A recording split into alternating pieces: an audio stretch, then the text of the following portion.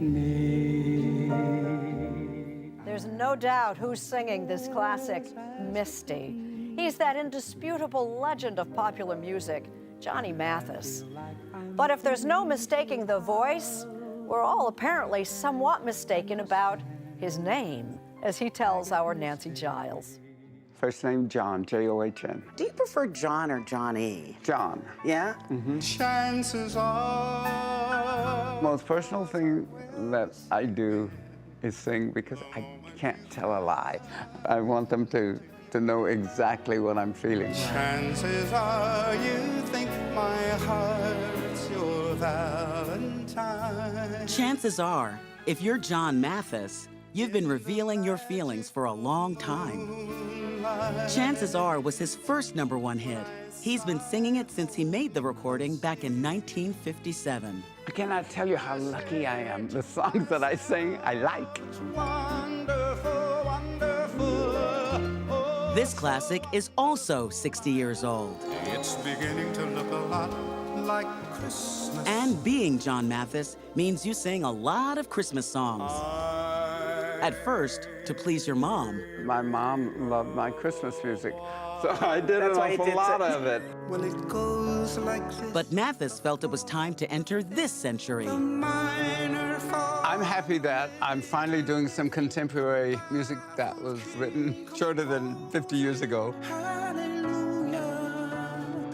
It might seem crazy what I'm about to say. Now that I'm 81 years old, I can bust loose and have some fun, yeah. Though known for his lush ballads, Mathis does bust loose on his new album. Johnny Mathis sings the great new American songbook. With the air like I don't care, baby, by the way. Guided by Kenny Edmonds, the Grammy-winning singer and producer known as Babyface.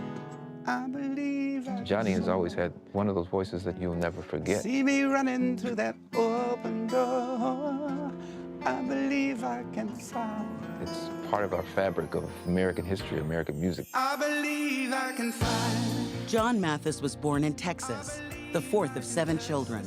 The family moved to San Francisco when he was a small boy. Was there racism, segregation? Was there any of that operating? It was heaven. We knew Really? nothing about racism. I never, ever felt denied in any way.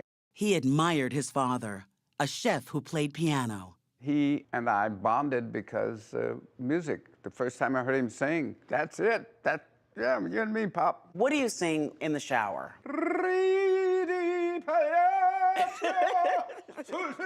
His father sent him to a voice teacher whose lessons obviously included classical training. Mathis also excelled at basketball, hurdling, and the high jump. I had a bad back, and every time I jumped, I felt it. So instead of pursuing a place at the Olympics, Mathis was invited to New York in 1956 to make his first records. It's not for me to say. His greatest hits album from 1958 was on the Billboard charts for, get this, nearly 10 years. It was only when Mathis achieved fame that he discovered the world was not like his idyllic San Francisco childhood. When I went to Vegas, I had to stay over there, and I said, well, you got this big hotel, why can't I stay there? Oh, no, you have to stay over the railroad tracks over in the colored section. Did it make you angry? No, I laughed at it. I said, don't be so stupid. What am I gonna do? I'm not gonna, marry your daughter. Come on. And it's very funny because everybody thought I was white. What? Yes, people told me that all the time. They said, we thought you were white. I said, oh, I'm not. But your picture was on your albums. Yeah. Yeah. There was a time when I was in the South. Someone came to me before the show and said, there's been a threat on your life.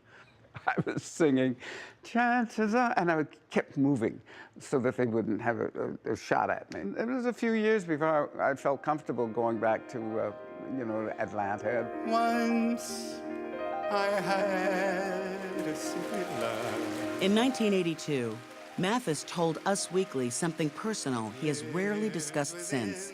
He said, homosexuality is a way of life that I've grown accustomed to. you got death threats once that happened as well, when you spoke about your private life. And that was a revelation for me. I come from San Francisco. It's not unusual to be gay in San Francisco. I've had some girlfriends, some boyfriends, just like most people. But I never got married, for instance. I knew that I was gay. I didn't want to do anything about that. Right. My dad had a wonderful, wonderful way about accepting things as they are, as opposed to the way we wish they would be. He said, son, a lot of people ain't gonna like you out there, you know. Well, that's an amazing thing, that he was so loving and so accepting. He was my pal. I could tell him anything, and I did. Former First Lady Nancy Reagan was also a pal. Hello, Johnny. Hi. It's Nancy. Nancy? Nancy who? I recognize that voice. She invited me to sing at the White House on several occasions. Many men with a lofty aim. Mathis says Mrs. Reagan saved his life. She saw you performing and was a little concerned about you. We were sitting around, you know, I was drinking, and she suggested that I might have a problem. I said, probably not, but what do you got in mind? And so she sent me to a place called Havre de Grace in Maryland. I was there with a bunch of Jesuit priests. I had 3 weeks of finding out why I drank, how I could stop. It was the greatest thing that ever happened to me in my life. In November 2015, his Hollywood Hills home of 56 years was severely damaged in a fire. I'm okay, nobody got hurt. I get misty. By now, you've probably noticed that when times turn tough, Oh, what a terrible putt. Mathis remains determined, even upbeat. Better. If your house is being repaired, just have crew and correspondent catch up with you at the golf course. Bend my knees? Yep. Although I discovered his favorite sport doesn't really calm him. Thank you, God. Because if it, I know. Oh, does this relax you? No. What do you mean, no? Well, it's very stressful. You gotta get the ball in the hole all the time. That's very stressful. Yeah, very stressful. We need to but find we love it. While golf might be stressful, singing for millions of people makes John Mathis happy.